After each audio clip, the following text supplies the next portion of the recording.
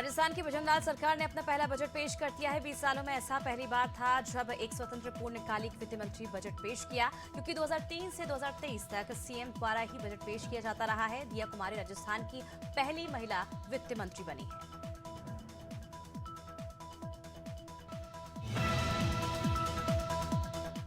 उत्तराखंड में कांग्रेस ने लोकसभा चुनाव 2024 की तैयारियां शुरू कर दी है। प्रदेश प्रभारी कुमारी शैलजा 10 और 11 फरवरी को 2 दिवसीय दौरे पर आएंगी। इस दौरान प्रदेश कांग्रेस कमेटी के पदाधिकारी, विधायकों, पूर्व मंत्रियों, विधायकों, जिला अध्यक्षों के साथ अलग अलग बैठक कर रणनीति को लेकर चर्चा की जाएगी।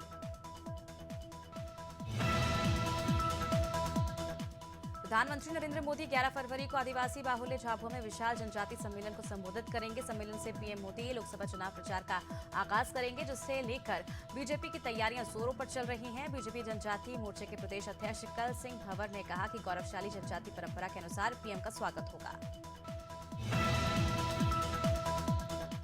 रायपुर जिलाधिवक्ता संघ का चुनाव कल होगा। अध्यक्ष, उप अध्यक्ष, सचिव, कोषाध्यक्ष सहित 11 पदों के लिए 56 अधिवक्ताओं के बीच मुकाबला होगा।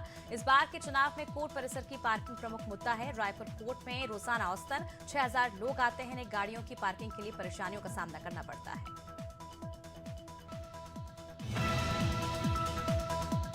उत्तराखंड में यूसीसी विधानसभा सदन में बहुमत से पास हो गया। इसको लेकर सीएम धामी ने प्रदेशवासियों को शुभकामनाएं दी हैं। उन्होंने सदन के सदस्यों और उत्तराखंड की जनता का आभार व्यक्त किया। मुख्यमंत्री ने प्रेस वार्ता को संबोधित करते हुए कहा कि प्रदेश के लिए ऐतिहासिक पल है। सीएम ने यूसीसी के लिए पीएम मोदी का भी आभार जताया।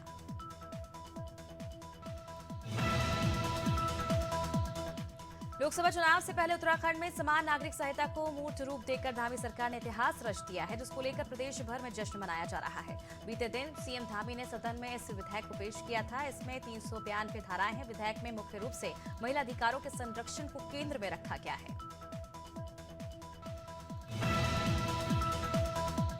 विधानसभा में समान नागरिक संहिता विधेयक पारित होने पर विधानसभा अध्यक्ष ऋतु खंडूरी भूषण ने खुशी व्यक्त की है। उन्होंने कहा कि उत्तराखंड जैसे छोटे राज्य ने देश के इतिहास में सबसे महत्वपूर्ण काम किया है। तो वहीं कैबिनेट मंत्री सौरभ बहुगुणा ने भी समान नागरिक संहिता को समाज के एकरूपता वाला कानून बताया।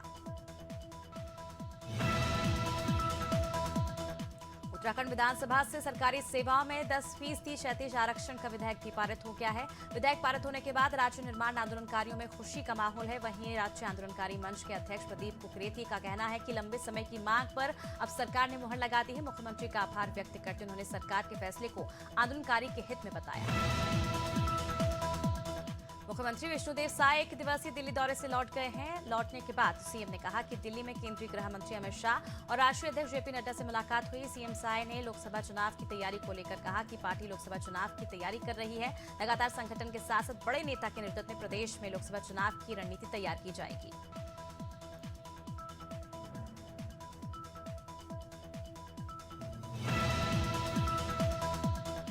हरदा की पटाखे फैक्ट्री में ब्लास्ट के तीसरे दिन भी शवों के मिलने का सिलसिला लगातार जारी। सर्च ऑपरेशन में तड़के सुबह एक मकान में महिला का 100% शव मिला है। अभी महिला की पहचान नहीं हो सकी है। टीम इसकी जांच करने में जुटी हुई है। आपको बता दें, किसी के साथ मौतों का आंकड़ा 12 पर पहुंच गया है। इनमें से 10 शवों की शिनाख्त हो चुकी है। 2 की पहचान होना अब भी बाकी है।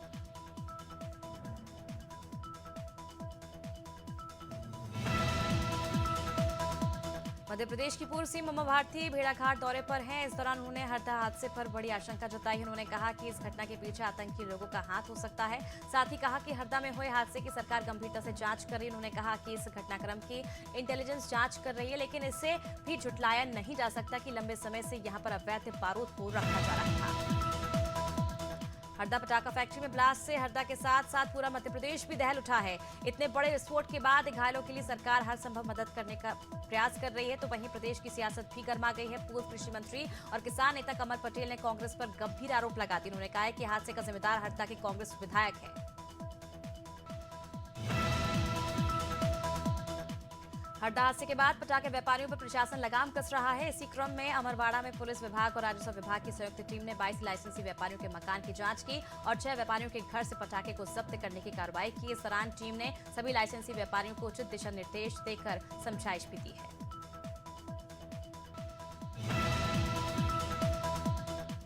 पन्ना टाइगर रिजर्व में प्रतिबंधित क्षेत्र में गड़ा धन खोदने के लिए लाइव डिटेक्टर मशीन लगाई गई। मामले में रिजर्व परिक्षेत्र मंडल के वन रक्षक बीट गार्ड को तत्काल प्रभाव से निलंबित किया गया। निलंबन काल में इनका मुख्यालय परिक्षेत्र कार्यालय गंगाओं अभ्यारण्य रहेगा। दरअसल कुछ दिन पहले आधा दर्जन लोग लाइव डिटेक्टर मशीन के साथ गड़ा धन खोदने के लिए आए थे। सागर के मकरोनिया से हैरान कर देने वाला मामला सामने आया। यहां महिला ने नगर पालिका सीएमओ की गाड़ी पर पत्थर से हमला कर दिया। दरअसल महिला सीएमओ के चैम्बर में जाकर वोटर कार्ड और लाडली बहना के नाम जुड़वाने गई थी। मना करने पर महिला ने जमकर हंगामा काटा और सीएमओ की गाड़ी पर भी पत्थर से हमला कर दिया। कनौज में एक बार फिर सियासत गर्माती हुई नजर आ रही है, जहां राजग तत्वों ने अखिलेश यादव के नाम का पत्थर तोड़ फरार हो गए। जानकारी लगते ही सपा नेता मौके पर पहुंचे और अफसरों से जल्द नया पत्थर लगवाने की मांग करते हुए दबंगाई करते नजर आए।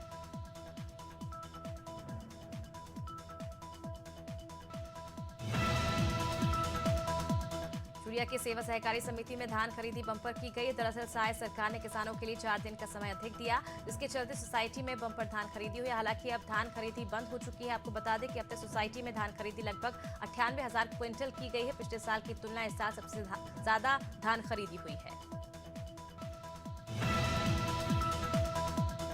बांदा में जनपद के कचहरी में राष्ट्रीय लोक अदालत का होने आयोजन हो रहा है। इसके प्रचार प्रसार के लिए जिला जज ने वाहन को हरी झंडी दिखाई है। यह आयोजन डिस्ट्रिक्ट लीगल सर्विस अथॉरिटी के तहत हो रहा है। इसके लिए सर्वोच्च न्यायालय ने निर्देश भी जारी कर दिए हैं।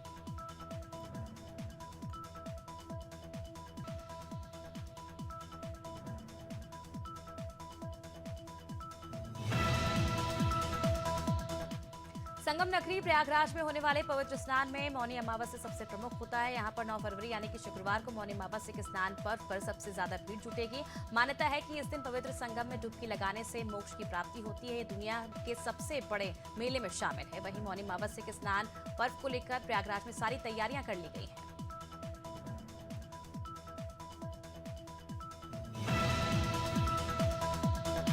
गया में कचरा प्रबंधन गोदाम का उद्घाटन किया गया। गोदाम का उद्घाटन प्रखंड विकास पदाधिकारी पूजा गहलोत ने किया। उन्होंने लोगों को जागरूक करते हुए कहा कि कचरा प्रबंधन करना हमारे लिए बहुत ही जरूरी है। अगर कचरों को प्रबंध नहीं करेंगे तो ये हमारे घर में बीमारी का रूप लेता है, जिसके कारण हम बीमारियों का शिकार हो जाते हैं। बांदा में अवैध खनन मामले में तत्कालीन इंस्पेक्टर समेत 3 लोगों पर केस दर्ज हुआ है। सूर्य प्रकाश सिंह, अंकित गुप्ता और तत्कालीन गिरवा इंस्पेक्टर बलजीत सिंह के खिलाफ मुकदमा दर्ज किया गया।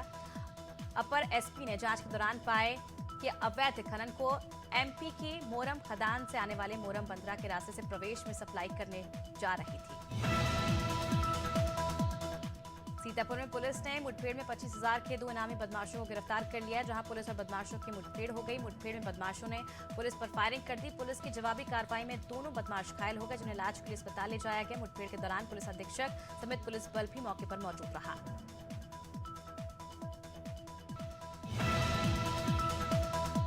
संभल में ढाबा संचालक से 2 सिपाहियों ने मारपीट की, जिसका वीडियो सोशल मीडिया पर वायरल हो रहा है। एसपी ने वीडियो को संज्ञान में लेते हुए दोनों सिपाहियों को सस्पेंड कर दिया है। बताया जा रहा है कि खाने के पैसे नहीं देने को लेकर सिपाहियों की ढाबा संचालक के साथ मारपीट हुई थी। वायरल वीडियो में आप साफ देख सकते हैं किस तरह से यहां पर दबंगाई देखी जा रही है। सहारनपुर में ब्लाइंड मर्डर केस का मामला सामने आया है। पुलिस को संदिग्ध परिस्थितियों में एक शख्स का शव मिला था, जिसे देखकर पुलिस को लगा था कि शख्स के साथ हादसा हुआ है, लेकिन पीएम रिपोर्ट सामने आने के बाद पुलिस को पता चला कि शख्स की हत्या की गई। फिलहाल पुलिस मामले की जांच में जुट गई है।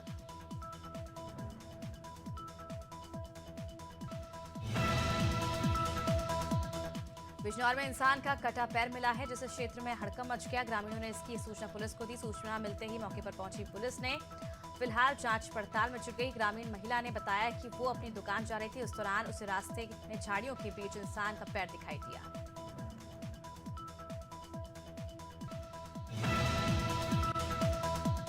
बिजनौर में 2 दिन से लापता युवक का शव तालाब से उतरता हुआ मिला है। शव मिलने से क्षेत्र में हड़कंप मच गया, जहां कुछ ग्रामीणों ने तालाब के पास से गुजरते समय एक युवक का शव तालाब से उतरता देखा, जिसकी सूचना ग्रामीणों ने पुलिस को दी। सूचना मिलते ही पुलिस ने मौके पर पहुंचकर शव को कब्जे में ले लिया। फिलहाल पुलिस मामले की जांच कर रही है।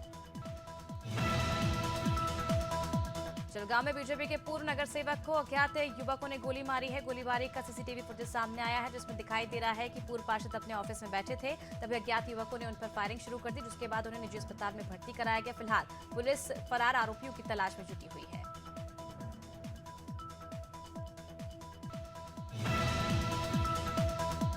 यूपी के कौशाम्बी में पूर्व बीजेपी विधायक के भाई के घर में अचानक विस्फोट होने से हड़कंप मच गया। पूर्व विधायक शीतला प्रसाद पटेल के भाई मुन्ना पटेल के घर में विस्फोट हुआ है। विस्फोट के बाद लगी आग से घर का सारा सामान जलकर खाक हो गया। मकान की दीवार भी क्षतिग्रस्त हो गई। घटना की सूचना पर पहुंची पुलिस ने विस्फोट की जगह अब जांच कर रही है। सोनभद्र में पत्नी ने पति की लाठी से पीटकर हत्या कर दी। घटना की सूचना स्थानीय पुलिस को दी गई। सूचना मिलते ही थाना प्रभारी टीम के साथ पहुंचे और शव को कब्जे में ले लिया। मृतक के सर पर लाठी के निशान पाए गए हैं। अपर पुलिस अधीक्षक ने बताया कि पति पत्नी के विवाद के बाद पत्नी ने हत्या को अंजाम दिया।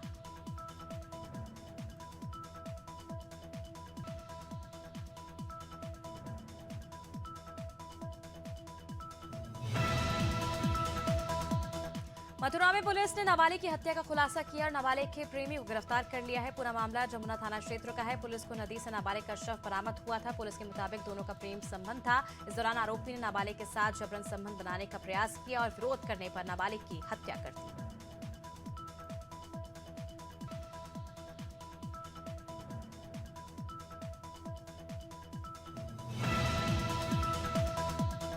पीलीभीत में बाइक सवार दो लोगों ने युवक पर हमला कर दिया और उसकी बाइक छीनकर फरार हो गए। चीख पुकार सुनकर लोगों ने घायल को इलाज के लिए जिला अस्पताल में भर्ती कराया। पूरा मामला जरौला थाना इलाके का है। फिलहाल पुलिस फरार आरोपियों की तलाश कर रही है।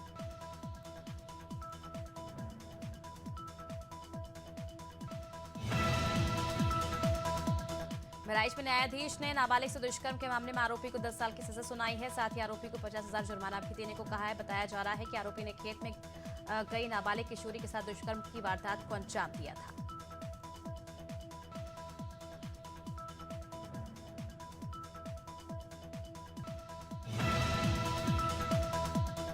महोबा के रिहायशी इलाके में स्थित एक मकान में संदिग्ध परिस्थितियों में आग लग गई। सूचना पर अग्निशमन विभाग की टीम मौके पर पहुंची और कड़ी मशक्कत के बाद आग पर काबू पाया। घटना मलपुरा मोहल्ले की है। मकान के अंदर रह रही बुजुर्ग महिला आग के बीच में गिर गई थी, जिसे सकुशल बाहर निकाल लिया गया।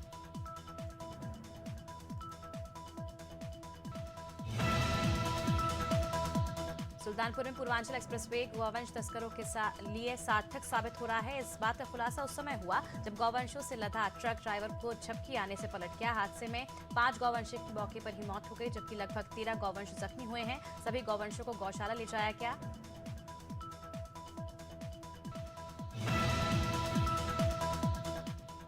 यूपी के कौशाम्बी में एक व्यक्ति ने एसडीएम कार्यालय पर आत्मदाह करने की कोशिश की। आत्मदाह करने की कोशिश करने वाला पीड़ित सिराथू थाने के तहत निंदूरा गांव का रहने वाला है और जमीनी विवाद से परेशान है। पीड़ित का कहना है कि वो जमीनी विवाद को लेकर तहसील व थानों का कई महीनों से चक्कर काट रहा है, लेकिन कहीं सुनवाई नहीं हो रही है। इस बीच आत्मदाह करने की कोशिश पर पुलिस ने पीड़ित को हिरासत में लिया। नगरी में पुलिस ने गौवंश की तस्करी कर रहे 2 लोगों को गिरफ्तार कर लिया। सिहावा पुलिस ने कार्रवाई करते हुए 3 गौवंश के साथ तस्करी में प्रयुक्त वाहन पिकअप को भी जब्त किया है। पुलिस ने आरोपियों को भी गिरफ्तार कर लिया है।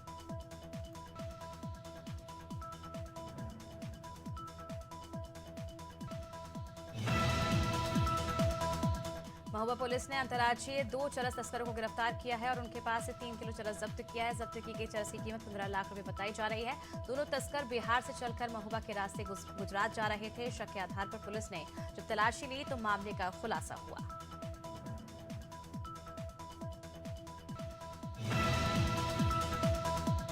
सितारगंज में एक तेज रफ्तार डंपर ने बाइक सवार को टक्कर मार दी। टक्कर इतनी जबरदस्त थी कि बाइक सवार एक व्यक्ति की मौके पर ही मौत हो गई। वहीं बाइक सवार दूसरा व्यक्ति घायल है। हादसे के बाद स्थानीय लोगों ने घायल को सामुदायिक स्वास्थ्य केंद्र ले गए, जहां डॉक्टरों ने घायल का उपचार करने के बाद उसे हायर सेंटर रेफर कर दिया। सूचना मिलते ही मौके पर पहुंची पुलिस ने मृतक के शव को कब्जे में ले लिया।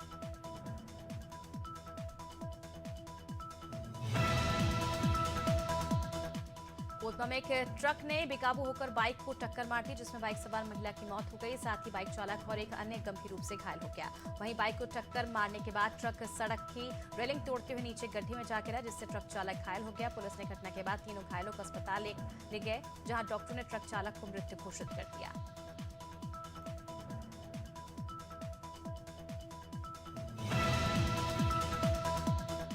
कन्नौज में कुछ लोगों ने ईंट से कुचलकर अधेड़ की निर्मम हत्या कर दी। सूचना मिलते ही पुलिस मौके पर पहुंची। पुलिस ने कुछ लोगों को हिरासत में लिया है। फिलहाल पुलिस मामले की जांच में जुट गई है। मामला तिरवा कोतवाली क्षेत्र के इंद्रनगर का बताया जा रहा है।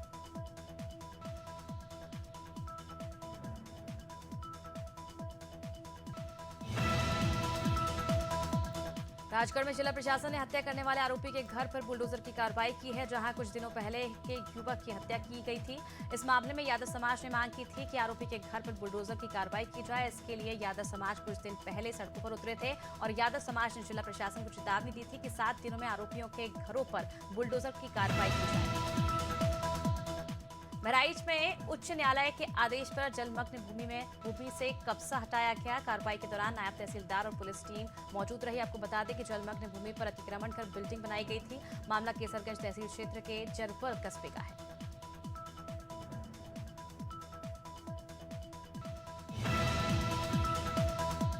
प्रयागराज के आशा वर्कर्स यूनियन ने आज कमला नेहरू हॉस्पिटल में प्रदर्शन किया। दरअसल बीते दिनों डॉक्टर बी पौर ने आशा वर्कर्स से अभद्रता से बात की थी, जिसका आशा वर्कर्स यूनियन विरोध कर रहे हैं। आशा वर्कर्स ने प्रशासन से डॉक्टर से माफी मंगवाने की मांग की और मांग नहीं पूरी होने पर आंदोलन तेज करने की चेतावनी भी दी।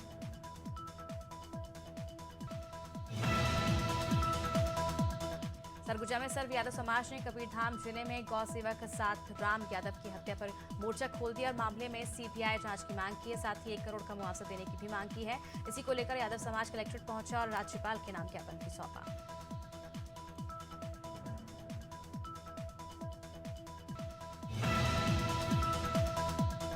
बहराइच में सिटी मजिस्ट्रेट को थारू जनजाति ने ज्ञापन सौंपा है। आदिवासी जनजाति की मांग है कि गांव में मोबाइल टावर लगाया जाए। साथ ही थारू जनजाति ने मोबाइल टावर नहीं लगाने का विरोध प्रदर्शन किया। आपको बता दें कि मोबाइल नेटवर्क न होने से ग्रामीणों को कई समस्याओं का सामना करना पड़ता है।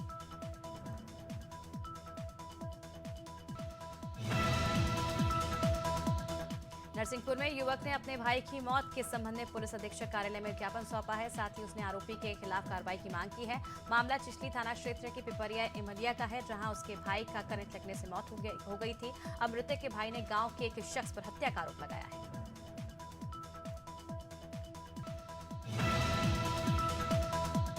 सोनभद्र में पूर्व मध्य रेलवे धनबाद डीआरएम ने कृष्णशिला स्टेशन के दोहरीकरण कार्य का निरीक्षण किया। साथ ही उन्होंने अनपरा रोड स्टेशन पहुंचकर नई बनी हाई स्पीड रेल लाइन का हाई स्पीड ट्रायल किया। डीआरएम धनबाद ने बताया कि रेलवे लाइन दोहरीकरण का कार्य पूरा होने से ट्रेनों को गति में तेजी मिलेगी।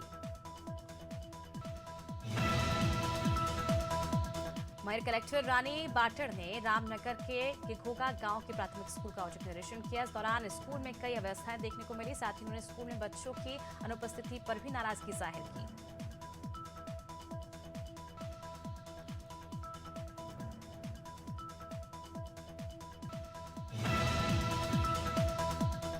लखनऊ में डीसीपी ट्रैफिक सलमान ताज ने 1090 चौराहे पर विशेष अभियान चलाया। इस अभियान के जरिए यातायात पुलिस लोगों को ट्रैफिक नियमों के लिए जागरूक कर रही है। साथ ही ट्रैफिक पुलिस वाहन चालकों को ट्रैफिक नियमों का पालन करने की सलाह भी दे रही है।